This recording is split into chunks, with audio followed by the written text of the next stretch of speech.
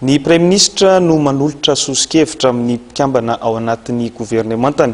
Ny filoham-pirenena kosa no tompon'ny teny farany ary mamoaka didim-panjakana manendry ny mpikambana ao anatin'ny gouvernementa vaovao. Fanendrena mpikambana ao anatin'ny gouvernementa izay andrasana ao anatin'ity herinandro ity.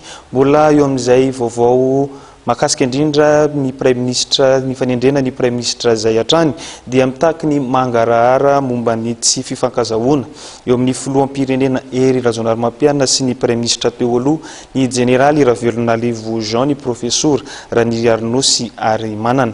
Araka ny nambarany dia ilaina ny fampiarana ny lalàna ary ny ivoan'ny marina momba ny raharaha mampifanolana ny filoham-pirenena sy ny Jeneraly Ravelonarivo Jean. Mbola vola ravoafy sy Tsirakotoarsan hatrany. Mitaky ny ampiarana ny mangarahara mikasika ny tsy fifankahazoana eo amin'ny filoham-pirenena Hery Rajaonarimampianina sy ny Premier ministre teo aloha ny Jeneraly Ravelonarivo Jean, Profesora Ranirarnosy ary Manana.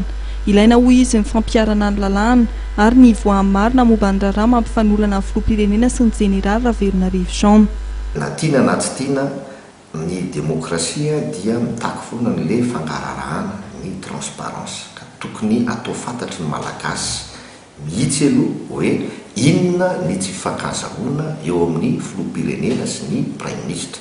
Raha tenako manokana mpampianatra mpikatroka izay tokony anaraka antsaka sy andavany anaovana famakafakana zavatra mihitsy dia mbola tsy nahita mihitsy aloha natany amin'ny lahatsoratra na taiza hoe inona marina moa zay zavatra zay.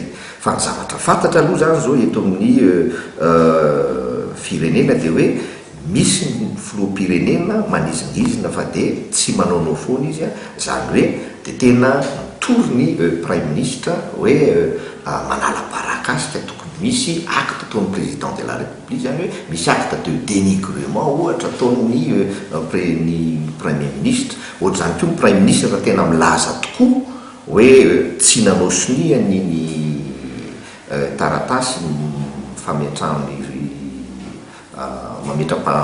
manao démission iny dia tokony ilaza ihany koa izy fa ny lalàna dia afaka manenjika ny filoham-pirenena manao usage de faux. Efa nilaza an'izay koa maître Olala dia ataoko hoe ny mpahay lalàna rehetrarehetra dia tokony hifantoka amin'ny resaka lalàna. Tsy maintsy misy fampitoriana ray amin'ireo anankiroa samy mitory fa tsy azo atao fotsiny amin'izao. Hatreto dia tsy misy ny fitoriana napetraky ny Jeneraly Ravelonarivo na ny avy amin'ny fiadidinan'ny Repoblika mikasika ny raharaha fametrahan'ny pelany ny Premier ministre Ravelonarivo Jean izay nitarika resabe nanomboka ny zoma lasa teo.